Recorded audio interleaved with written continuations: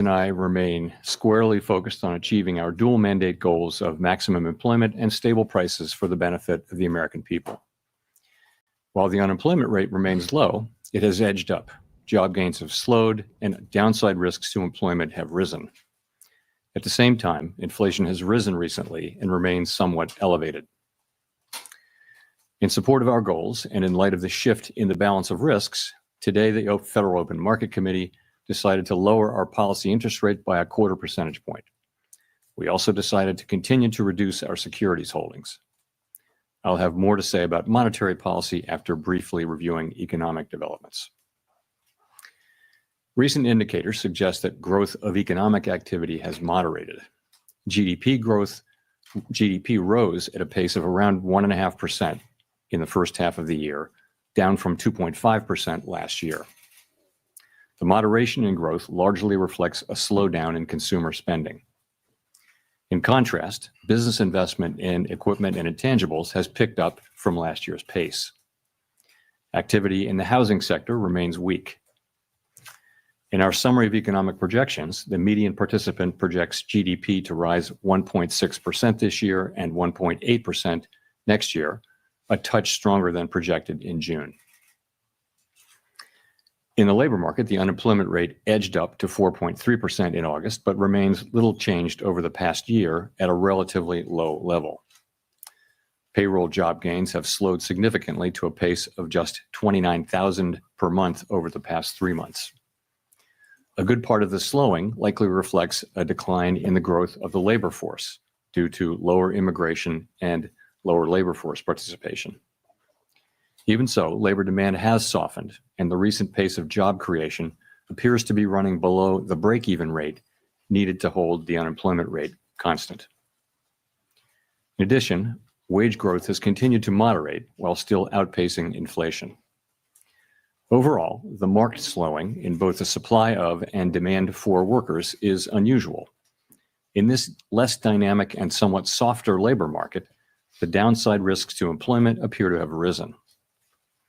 In our SEP, the median projection for the unemployment rate is 4.5% at the end of this year and edges down thereafter.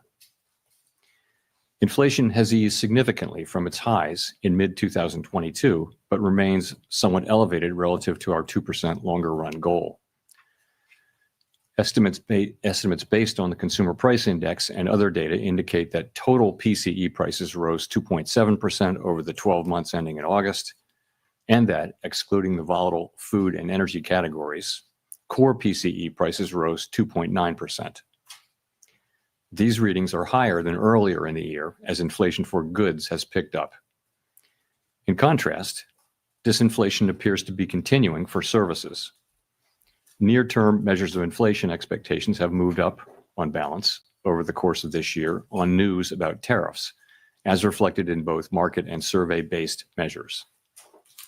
Beyond the next year or so, however, most measures of longer-term expectations remain consistent with our 2% inflation goal. The median projection in the SEP for total PCE inflation is 3.0% this year and falls to 2.6% in 2026 and to 2.1% in 2027. Our monetary policy actions are guided by our dual mandate to promote maximum employment and stable prices for the American people. At today's meeting, the committee decided to lower the target range for the federal funds rate by 1/4 percentage point to 4 to 4.25%, and to continue reducing the size of our balance sheet. Changes to government policies continue to evolve, and their effects on the economy remain uncertain. Higher tariffs have begun to push up prices in some categories of goods, but their overall effects on economic activity and inflation remain to be seen. A reasonable base case is that the effects on inflation will be relatively short-lived, a one-time shift in the price level. But it is also possible that the inflationary effects could instead be more persistent, and that is a risk to be assessed and managed. Our obligation is to ensure that a one-time increase in the price level does not become an ongoing inflation problem. In the near term, risks to inflation are tilted to the upside and risks to employment to the downside, a challenging situation. When our goals are in tension like this, our framework calls for us to balance both sides of our dual mandate. With downside risks to employment having increased, the balance of risks has shifted. Accordingly, we judged it appropriate at this meeting to take another step toward a more neutral policy stance. With today's decision, we remain well positioned to respond in a timely way to potential economic developments. We will continue to determine the appropriate stance of monetary policy based on the incoming data, the evolving outlook, and the balance of risks. In our SEP, FOMC participants wrote down their individual assessments of an appropriate path for the federal funds rate, based on what each participant judges to be the most likely scenario for the economy. The median participant projects that the appropriate level of the federal funds rate will be 3.6% at the end of this year, 3.4% at the end of 2026, and 3.1% at the end of 2027. This path is 1/4 percentage point lower than projected in June. As is always the case, these individual forecasts are subject to uncertainty, and they're not a committee plan or decision. Policy is not on a preset course. The Fed has been assigned two goals for monetary policy: maximum employment and stable prices. We remain committed to supporting maximum employment, bringing inflation sustainably to our 2% goal, and keeping longer-term inflation expectations well anchored. Our success in delivering on these goals matters to all Americans. We understand that our actions affect communities, families, and businesses across the country. Everything we do is in service to our public mission, and we at the Fed will do everything we can to achieve our maximum employment and price stability goals. Thank you. I look forward to our discussion. Chris. Great. Thank you. Chris Rugaber at Associated Press. As you know, Fed Governor Stephen Miron has kept his position at the White House, even as he's joined the Fed board. This is the first time, I believe, the Fed's board has had someone with executive branch ties in decades. Does this compromise the Fed's independence from day-to-day politics? And relatedly, how can you maintain the public's perception the Fed is politically independent with this dynamic? Thank you. So we did welcome a new committee member today, as we always do, and the committee remains united in pursuing our dual mandate goals. We're strongly committed to maintaining our independence, and beyond that, I really don't have anything to share. Okay, and then just as a quick follow-up, I'm sorry, can you and other Fed officials have spoken extensively about the impact of tariffs on inflation, although perhaps with many companies appearing to eat the tariffs, tariffs may be impacting the labor market and other parts of the economy instead. Do you see that as a possible outcome here, that tariffs are the reason we're seeing some slowing, particularly in the labor market, rather than in inflation? Thank you. You know, it's certainly possible. You know, we're beginning to see, we have begun to see goods prices showing through into higher inflation, and actually the increase in goods prices accounts for most of the increase in inflation, or perhaps all of the increase in inflation over the course of this year. Those are not very large effects at this point, and we do expect them to continue to build over the course of the rest of the year and into next year. And you know, it's also possible that there may be effects on employment, but that I would say if you're looking at why employment is doing what it's doing, that's much more about the change in immigration. So the supply of workers has obviously come way down. There's very little growth, if any, in the supply of workers. And at the same time, demand for workers has also come down quite sharply, and to the point where we see what I've called a curious balance. It's, you know, typically when we say things are in balance, that sounds good. But in this case, the balance is because both supply and demand have come down quite sharply. Now demand coming down a little more sharply because we now see the unemployment rate edging up.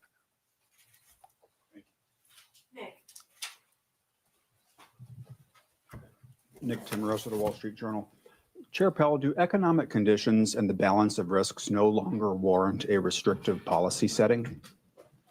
So I don't think we can say that. What we can say is this: that over the course of this year, we've kept our policy at a restrictive level, and people have different views, but a clearly restrictive level, I would say.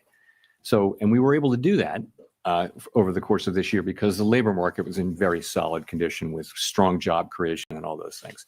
I think if you go back to April and now look at the revised job creation numbers for May, June, July, and August, I can no longer say that. So what that means is that the risks were clearly tilted toward inflation. I would say they're moving toward equality. Maybe they're not quite out of equality. We don't need to know that, but we do know that they've moved meaningfully toward greater equality, the risks between the two goals, and that suggests that we should be moving in the direction of neutral, and that's what we did today. Under what circumstances would a larger than 25 basis points rate cut be warranted? And how seriously was that option entertained at your meeting this week? There wasn't widespread support at all for a 50 basis point cut today. You know, I think we've done very large rate hikes and very large rate cuts in the last 5 years, and you tend to do those at a time when you feel that policy is out of place and needs to move quickly to a new place. That's not at all what I feel certainly now. I feel like our policy has been doing the right thing so far this year. I think we were right to wait and see how tariffs and inflation and the labor market evolved. I think we're now reacting to the much lower level of job creation and other evidence of softening in the labor market and saying, well, those risks are maybe not fully balanced, but moving in the direction of balance now. And so that warrants a change in policy. Colby Smith with the New York Times. Should we be viewing today's cut as the committee taking out some insurance against the possibility that the labor market is at risk of weakening? Or is it the committee's view that the dynamics of a downturn are already in place? I guess I'm just trying to square the shift in the rate forecast in the SEP towards more cuts than just 3 months ago, with the fact that the forecast for unemployment didn't change. Yeah, I think you could think of this in a way as a risk management cut, because if you look at the SEP, actually, the projections for growth this year and next actually ticked up just a little bit, and inflation and unemployment didn't really move much. So what's different now? What's different now is that you see a very different picture of the risks to the labor market. You've seen, we were looking at 150,000 jobs a month at the time of the last meeting, and now we see the revisions and we see the new numbers. And I don't want to put too much emphasis on payroll job creation, but it's just one of the things that suggests that the labor market is really cooling off.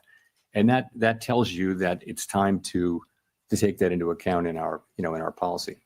So just looking at the SEP, once again, the median participant has inflation higher than previously expected by the end of next year, and the Fed not getting back to the 2% target until 2028. So I guess I'm just wondering how you characterize the risk to price pressures of kicking off a series of cuts at this point. Yeah, so I would look at it this way. We fully understand and appreciate that we need to remain fully committed to restoring 2% inflation on a sustained basis, and we will do that. At the same time, we've got to weigh the risks to the two goals. And I would say since April, to me, the risks of higher and more persistent inflation have probably become a little less. And that's partly because the labor market has softened, GDP growth has slowed. So I would just say that the risks there have been less than one might think. And in terms of the labor market, what we're seeing is unemployment is still low. It's still a relatively low rate, but we're seeing downside risks.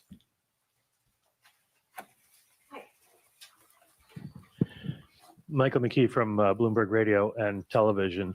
I'm a little confused by your explanation of the Fed cutting rates because of unemployment. If you think that most of what's happening in the employment area is related to immigration, which your rate cuts wouldn't address, how do you see that as more important than inflation, which has remained almost a full percentage point above your target?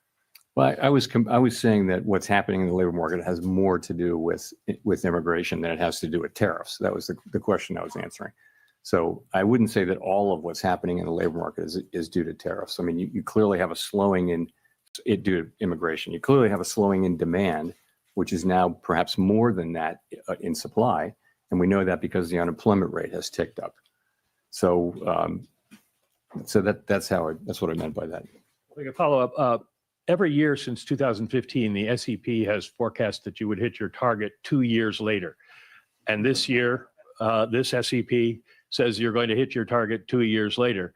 2% does not seem to be in sight. Does that suggest that the 2% target is not really achievable? And does this present any credibility problems for you in telling people that that's what you're going to do if you can never reach it? Well, I mean, you're right. It does say we're going to get to 2% inflation in 2028 at the end of 28. But that's literally how you put the projections together. You're writing down a rate path, which is designed to create over the course of the SEP, time frame, 2% inflation and maximum employment too. So that's all that is. No one really knows where the economy will be in 3 years, but the nature of the exercise is to write down policy that you believe would return to the 2% goal over at least by the end of the exercise. Thanks so much, Elizabeth Schulze with ABC News. The latest inflation report shows that prices are still going up across key categories for many households, including groceries. What will the Fed do if prices pick up more? So our expectation, and you can see this consistently through the year, has been that inflation will move up this year, but that basically because of the effects on goods prices from tariffs, but that those will turn out to be a one-time price increase as opposed to creating an inflationary process. That's been our forecast. Pretty much all the individual forecasts say that. We can't just assume that though, right? We have to. Our job is literally to make sure that is what happens, and we will do that job. Right now, the situation we're in is that we see inflation. We continue to expect it to move up, maybe not as high as we would have expected it to move up a few months ago. The pass through of the tariffs into inflation has been slower and smaller. The labor market has softened, so the case for there being a persistent inflation outbreak is less. And so that's why we think it's time for us really to acknowledge that the risks to the other mandate have grown and that we should move in the direction of neutral. So what will we do? We'll do what we need to do, but we have two mandates and we try to balance them. For a long time, our framework says that when our two goals are in tension, this is quite an unusual situation. How do we decide what to do? Because our tools can't do two things at once. What we do is we ask which is farther from, how far is each from the goal and how long is it expected to get to the goal? So, and then we think about those things and we see, as I mentioned, our policy had been really skewed toward inflation for a long time, really. Now we see that there's downside risk clearly in the labor market. And so we're moving in the direction of more neutral policy. How concerned are you about the slowdown in the jobs market for households at home, especially younger Americans struggling to land a job?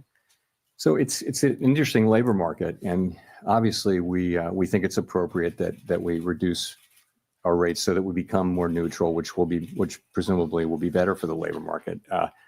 You see people who are sort of more at the margins, so kids coming out of college and younger people, minorities are having a hard time finding jobs. The overall job finding rate is very, very low.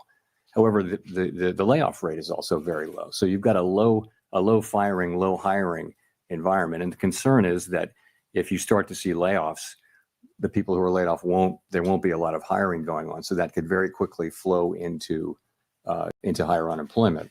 In a healthier economy, healthier labor market, there would be jobs for those people. But now the hiring rate is very, very low. So that's been a growing concern over the last few months. And it's one of the reasons why we think it's appropriate that we begin to shift our policy focus toward a more balanced one.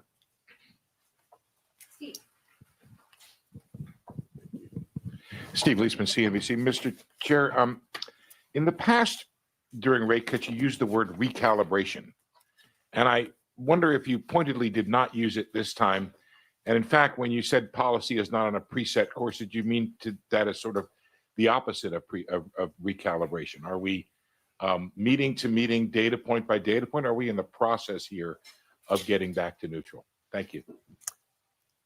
So I think we're in a meeting by meeting situation. We're going to be looking at the data. Let me say a word about the SEP really here.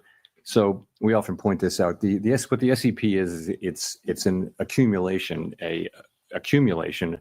of the individual projections of 19 people, showing what they believe at a particular moment in time to be the most likely path for the economy and thus the appropriate path for monetary policy as well. And as you know, we don't debate or try to agree on what that is. We just write them down and accumulate them. We do sometimes discuss them. And so we always say we're not on a preset path, and we really mean that. The actual decisions we make are going to be based on the incoming data, the evolving outlook, and the balance of risks at the time the decisions are actually made. So you will have seen that we have 10 participants out of 19 who wrote down 2 or more cuts for the remainder of the year, and 9 who wrote down fewer than, in fact, in a good number of cases, no more cuts. So rather than looking at this as certainty, I would encourage people, as always, to look at the SEP as through the lens of probability. And so there are different possible outcomes and likelihoods rather than this one is certain and this one isn't happening. So that's what I would say. Thank you for getting to my follow-up question, which was, is the dispersion in the outlook a sign of uncertainty of policy in the meetings to come? Thank you. You know, it is such an unusual situation. Ordinarily, when the labor market is weak, inflation is low. And when the labor market is really strong, that's when you gotta be careful about inflation. So we have a situation where we have two-sided risk. And that means there's no risk-free path. And so it's quite a difficult situation for policymakers. And it's not at all surprising to me that you have a range of views. It's not so much about having different views for the path of the economy, but it's partly that, but it's also partly about what's the right thing to do in light of the tension between the two goals. How do you weight them? How worried are you about one versus the other? And so it's natural. I think it would actually be surprising if you didn't have a pretty wide range of views based, in this kind of highly unusual situation, and we do. So, but we get together, we discuss, we have a great discussion, and then we decide what to do and we act. But you're right there that it's a wide dispersion of views, and I think that's understandable and natural in the current situation.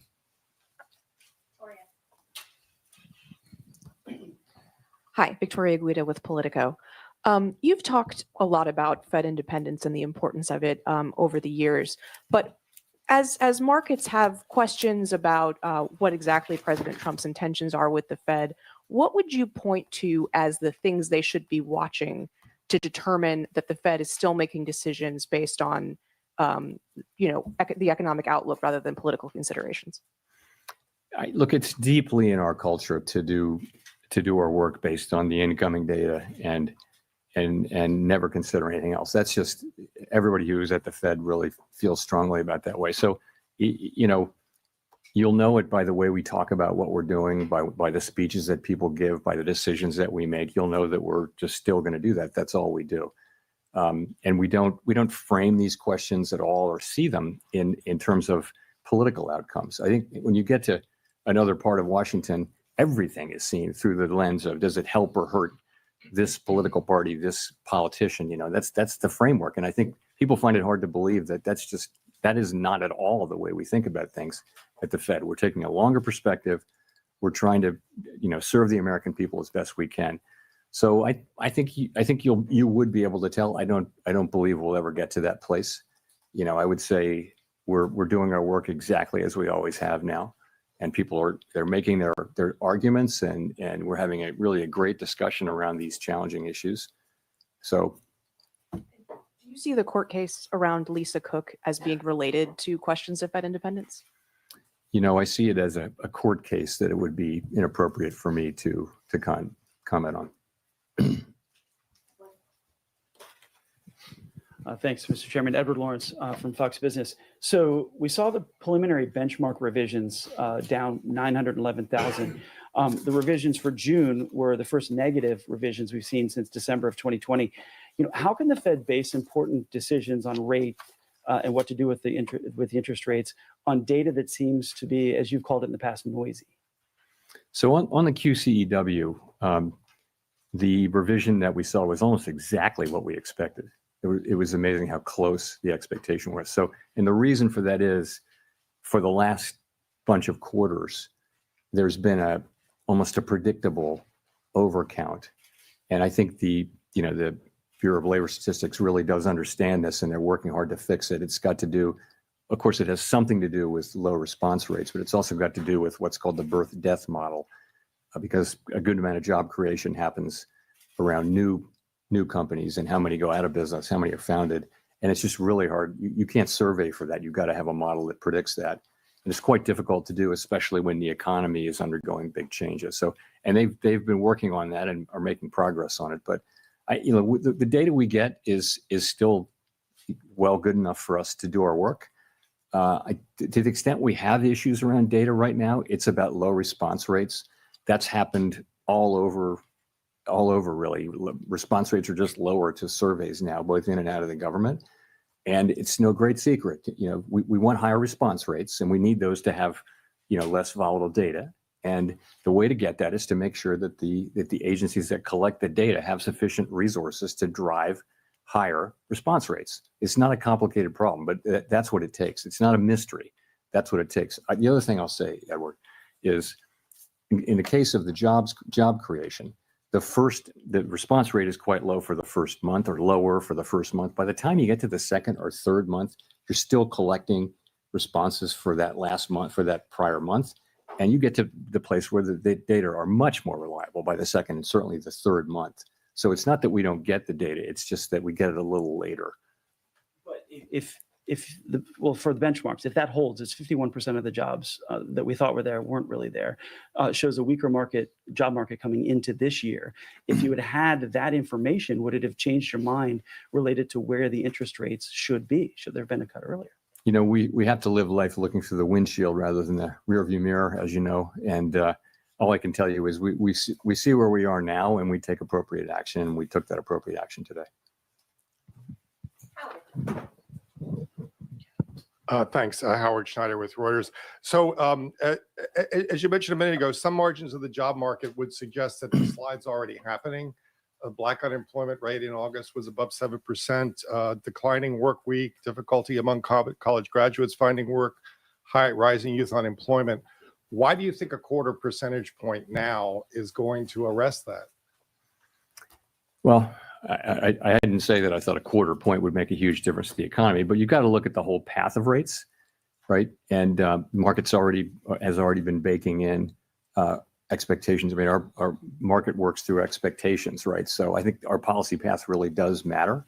And I think it's important that we use our tools to support the labor market when we do see signs like that. I did mention that, you see minority unemployment going up, you see younger people who are more vulnerable economically, more susceptible to economic cycles. That's one of the reasons, in addition to just overall lower payroll job creation, that shows you that at the margin, the labor market is weakening. I would also point to labor force participation. Some part of the significant decline in labor force participation over the last year has probably been cyclical in nature rather than just the usual aging process. So we put all this together, and we see that the labor market is softening, and we don't need it to soften anymore, don't want it to.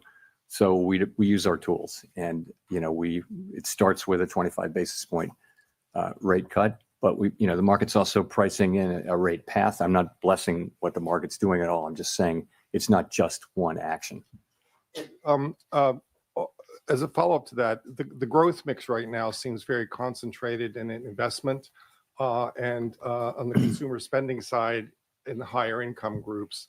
Do you feel that that's an unsustainable mix for the economy moving forward? I wouldn't say that. I mean, you're right. Those are two. We're getting unusually large amounts of economic activity through the AI build out and corporate investment. I don't know how long that will go on. No one does. In terms of spending, you saw the consumer spending numbers were well above expectations, and that may well be skewed toward higher earning consumers. There's a lot of anecdotal evidence to suggest that. Nonetheless, it's spending. So, I mean, I think the economy is moving along. Economic growth is going to be 1.5% or better this year, maybe a little better. Forecasts have been coming up, as you can see. So, labor market unemployment is low, but downside risks, but it's still a low unemployment rate. So that's how we see it.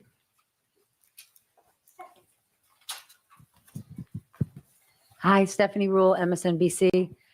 Treasury Secretary Scott Bessent has said that the Federal Reserve suffers from mission creep and institutional bloat. He's now calling for an independent review. Would you support an independent review, or are you open to any sort of reform in any areas of the Fed? Of course, I'm not going to comment on anything the Secretary says or really any other officer says. So in terms of reform at the Fed, we just went through a lengthy and I think very successful process of updating our monetary policy framework. I would say there's a lot of work going on behind the scenes around the assets we have in the Federal Reserve Bank system, Federal Reserve system, and at the board. Are they the right size? We're actually going through a 10% 10% headcount reduction through the whole Fed, including the board and all the reserve banks. The employment at the Fed at the end of that will be basically at the same level it was more than 10 years ago. So we will have had zero job growth for more than a decade when we're finished with that, and I think we'll probably do more than that. So I think we're certainly open to constructive criticism and ways to do our jobs better. Not an independent review? We're certainly open to to always trying to do better. Mr. Chairman, Neil Irwin with Axios. There's been some debate lately on whether AI is already starting to affect the labor market in terms of lower labor demand, higher productivity by contrast. Do you buy that? And if that is true, does that have implications for the monetary policy setting? So there's great uncertainty around that. I think my view, which is also a bit of a guess, but widely shared, I think, is that you are seeing some effects, but it's not the main thing driving it. And so particular focus on young people coming out of college. And yeah, there may be something there. It may be that companies or other institutions that have been hiring younger people right out of college are able to use AI more than they had in the past. That may be part of the story. It's also part of the story, though, that job creation more broadly has slowed down. The economy has slowed down. And so it's probably a number of things. But yeah, it's probably a factor. Hard to say how big it is.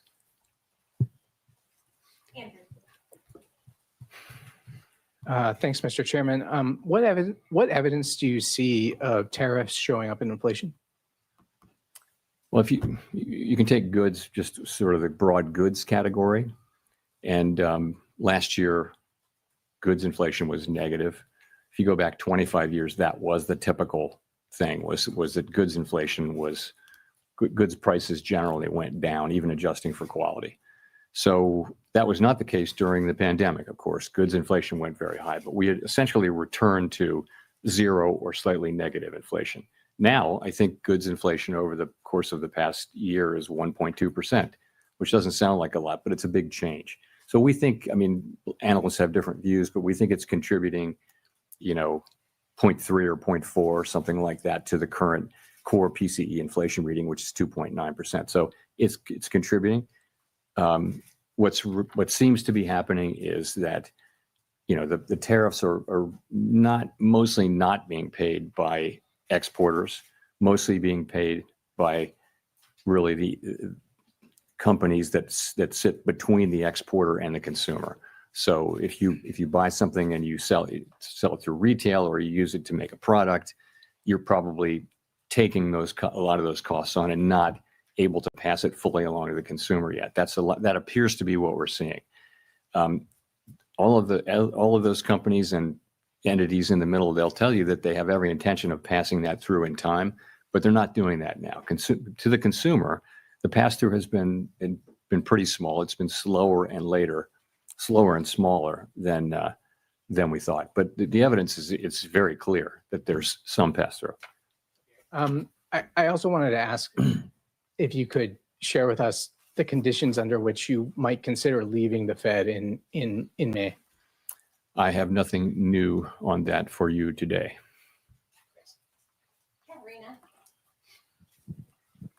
Hi, Katerina Saraiva with Bloomberg News. I just wanted to follow up on, one of your answers just a couple minutes ago. We've often heard you talk about how you and your colleagues, do not think about politics. This does not enter the room. But one of your new colleagues does come from this world, right, where everything is seen through this framework of politics and of what party is being helped, and that person is still employed by the White House. How can markets and the public interpret, some of his speeches, for example, and then some of the forecasts that we see today? I mean, the median for this year was moved because of the introduction of his forecast. I'm talking about the number of rate cuts seen this year. What do you say to markets and the public that are trying to interpret, what you guys are saying?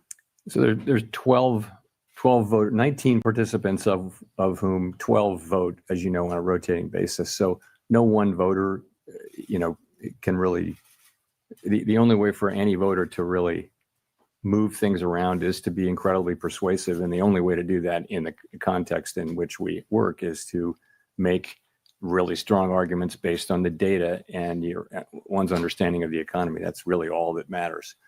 And that's how it's going to work. And I think that is the way the institution, that's in the DNA of the institution. That's not going to change.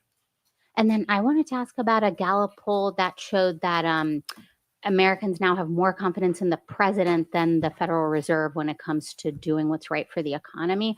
Why do you think that is? And what's your response? What's your message to the public?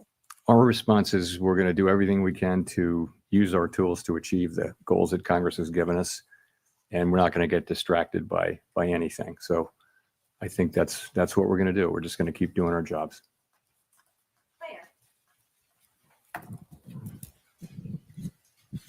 Claire Jones, Financial Times. Given the range of views expressed prior to the meeting, I think there was a lot less dissent today than a lot of people expected. It'd be good to know just what you think the drivers were of coming to that very strong consensus in the meeting, and also on the flip side to just explain why the dot plots are really so scattered between, someone even expecting rates to end up higher by the end of the year to 5 cuts. I mean, what were the kind of range of views you heard about, on one side, why there was so much support for a cut today, and on the flip side, why there's so much divergence about what comes next? So I think there's quite a wide assessment that the situation has changed with respect to the labor market. Whereas we could still say, and did say in July, at the time of the July meeting, that the labor market was in solid condition, and we could point to 150,000 jobs per month and many other things. I think that the new data that we've had, and it's not just payrolls, it's other things as well, suggests that there really is meaningful downside risk. I said there was downside risk then, but I think that downside risk is now a reality, and there's clearly more downside risk. So I think that's broadly accepted.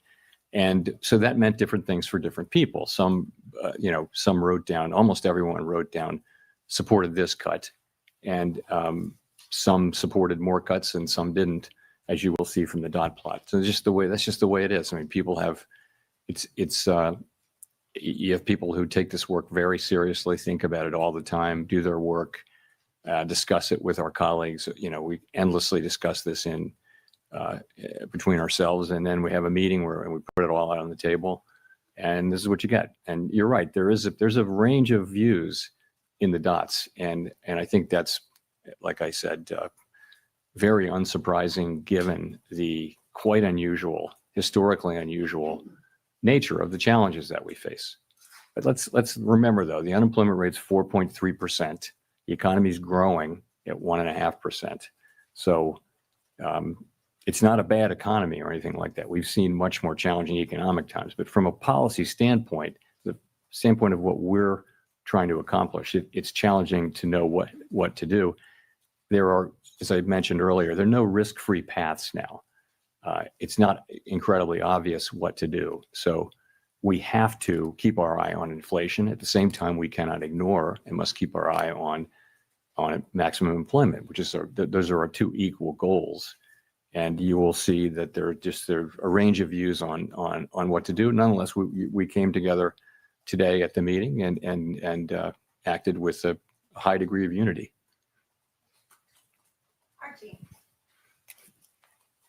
Thank you, Archie Hall from The Economist. You mentioned earlier that job creation was running below your guess at its break-even rate. I'd be curious to hear a bit more about that and where you think the break-even rate is. So there are many different ways to calculate it, and none of them is perfect. But it's clearly come way down. You could say it's somewhere between 0 and 50,000, and you'd be right or wrong. I mean, there's just many different ways to do it. So wherever it was, 150,000, 200,000 a few months ago, it's come down quite significantly. And that's because a very lower amount of people are joining the labor force. The labor force really not growing much at this point. And that's a lot of where the supply of labor was coming from over the last 2 or 3 years. So we're not getting that now. We've got much lower demand. It's interesting that supply and demand have really come down together so far, except now we do have unemployment ticking up outside, just one tick outside of the range where it's been for a year. 4.3% is still a low level, but I think this speedy decline in both supply and demand has certainly gotten everyone's attention.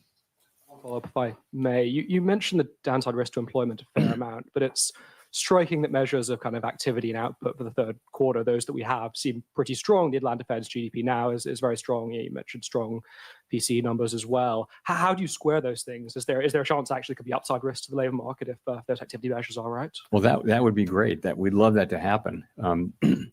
So I don't know that you see a big tension there, but it's gratifying to see that economic activity is holding in, and it's a good bit from consumption. It looks like consumption was stronger than expected, what we got earlier this week, I guess. And also we're getting, a fairly narrow sector is producing a lot of economic activity, which is the AI build out and, business investment. So we watch all of it. And I would say we did move up. The median for growth for this year actually moved up in the SEP between the June and September SEPs. So, and really the inflation and labor market didn't change much. It's really the risks that we're seeing to the labor market that were the focus of today's decision. Nicole. Hi, Nicole Goodkind with Barron's. Thank you for taking my question. Given the cumulative impact of high interest rates on the housing sector, I'm wondering how concerned you are that current rate levels are exacerbating housing affordability issues and potentially hindering household formation and wealth accumulation for a segment of the population? Housing is an interest-sensitive activity. So it's at the very center of monetary policy. When the pandemic hit and we cut rates to zero, the housing companies were incredibly grateful, and it was really, they said that was the only thing that kept them going, was that we cut so aggressively and provided credit and things like that, and they were able to finance because we did that.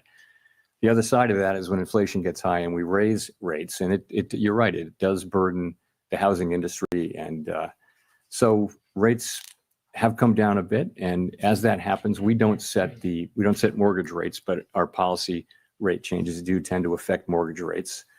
And that has been happening, and that'll of course raise demand.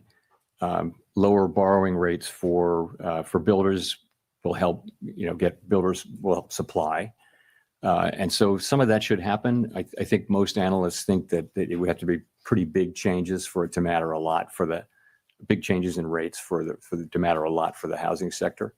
And the other thing is by achieving maximum employment and price stability, that's a strong economy. That's a good economy for housing. And then the last thing I'll say is, there's a deeper problem here. There's not a cyclical problem that the Fed can address, and that just is a pretty much nationwide housing shortage. Or a lot of places in the country just don't have enough enough housing for people. And, you know, all of the areas around metropolitan areas like Washington, for example, are very built up. And so you're having to build farther and farther out. And so that's where it is. And just a quick follow-up, during the last SEP or the press conference following the last SEP, you seemed to indicate that policymakers lacked conviction about their projections. And I'm wondering if you still feel that way. You know, forecasting is very difficult even in placid times. And as I've mentioned before, forecasters are a humble lot with much to be humble about. So I think right now is a particularly challenging time, even more uncertain than usual. And so I don't know any forecaster anywhere, really. Ask any of the forecasters whether they have great confidence in their forecast right now. I think they'll honestly say no.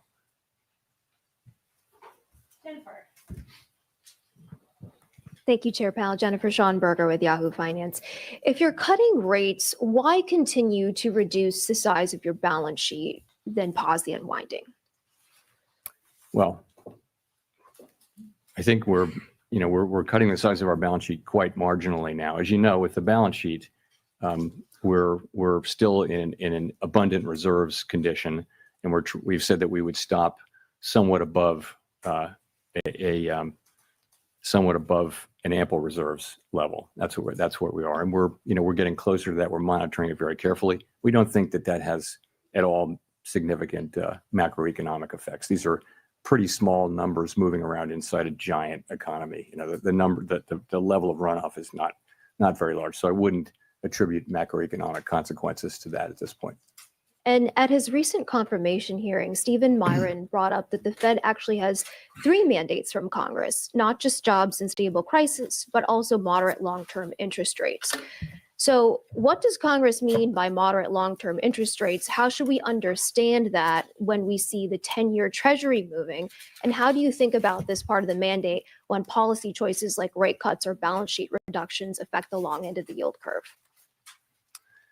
So we always think of it as the dual mandate, maximum employment and price stability, for a long time, because we think moderate long-term interest rates are something that will result from stable inflation, low and stable inflation, and maximum employment. So we haven't thought about that for a very long time as a third mandate that requires independent action. So that's where that is. And there's no thought of, as far as I'm concerned, there's no thought of considering that, considering that we somehow incorporate that in as something in a different way.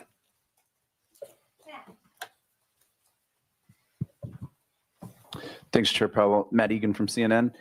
We recently learned that average FICO credit scores are down this year by 2 points, the most since 2009 during the Great Recession, and delinquencies are high for car loans, personal loans, credit cards. How concerned, if at all, are you about the health of consumer finances, and do you expect today's cut will help? So, we're aware of that. I think this default rates have been kind of ticking up, and we do watch that. They're not at a level, I don't believe they're at a level where overall they're terribly concerning, but it is something that we watch. Lower rates should support economic activity. I don't know that one rate cut will have, a visible effect on that, but over time, a strong economy with a strong labor market is what we're aiming for, and stable prices. So that should help. Just to follow up, this rate cut is coming at a time when the stock market is at or near all-time highs, and some valuation metrics are elevated historically. Is there a risk that cutting rates could overheat financial markets, potentially fueling a bubble? We're tightly focused on our goals, right? And our goals are maximum employment and price stability. And so we take the actions that we take with an eye on those goals. Separately, and that's why we did what we did today. Separately, we monitor financial stability very, very carefully. And, I would say it's a mixed picture, but households are in good shape. Banks are in good shape. Overall, households are still in good shape in the aggregate. And I know that people at the lower end of the income spectrum are under pressure, obviously. But from a financial stability perspective, we monitor that picture. we don't have a view that there's a right or wrong level of asset prices for any particular financial asset, but we monitor the whole picture, really looking for structural vulnerabilities. And I would say those are not elevated right now. Jean, we'll go to you for the last question. Hi, Chair Powell. Jean Young with M&I Market News. I wanted to ask about inflation expectations. You've said the Fed can't take the stability of inflation expectations for granted. You mentioned at the short run, they've gone up a little bit. I wonder if you can talk a bit about that. And then also at the long run, wondering, do you see evidence that the debate over Fed independence and the growing deficit is putting pressure on inflation expectations? So as you said, shorter term inflation expectations have tended to respond to near term inflation. So if inflation goes up, inflation expectations will predict that it takes just a little while to get back down. Fortunately, throughout this period, longer term inflation expectations, both break even in the markets, and almost all of the longer term surveys, Michigan being a bit of an outlier lately, have been just rock solid in terms of running at levels that are consistent with 2% inflation over time. So we don't take that for granted. We actually assume that our actions have a real effect on that, and that we need to continually show and also discuss our commitment to 2% inflation. And so you'll hear us doing that. But we're, as I mentioned, it's a difficult situation because we have risks that are both affecting the labor market and inflation.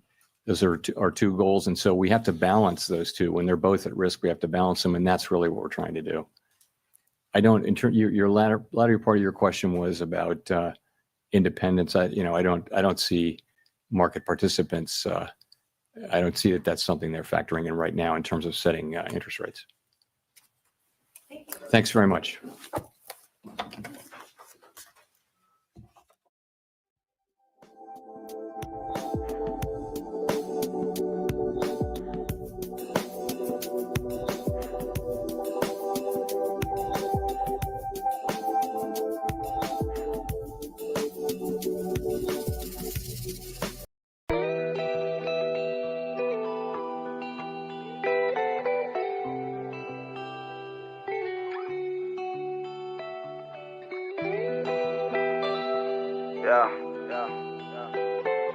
This shit might go over nigga head if you ain't paying attention. A lot of niggas don't even know what DeFi is. If you wanna talk to me, pay me in crypto, DeFi shit. Fuck all the banks, if you ask me alone, come and see me. Fuck the government, I'm decentralized, bitch. Won't tax me, I ain't paying that shit. Fuck what you talking about, bitch, I'm legit. Want universal basic income, not me. Who you think you playing with, bitch, not me. Fuck centralized, that's government money. Fuck your eyes, they ain't spying on me. I'm my own boss, most high got me. I'm my own boss, most high got me. I'ma shoot the 3 like CP3. Great transformation, what do you feel me? Global reset, put the switch on me. XRP, gon' set a nigga free. Trust wallet game, I don't need no safe. Rolls Royce ride when I pick up, babe. 13 M's, I'ma drop it on the house. Another 5 M's on the Lamborghini boat. 15 M's, ain't shit to me. Cryptocurrency, set a nigga free. If you feel like I feel, dog, that's real. Blockchain shit, just switched up the game. Fuck $100 bill, dog, that's lame. I don't want fiat, nigga, that's pain. In a couple days, that bit gon' crash. All the markets too, that's y'all last. The wrong pause.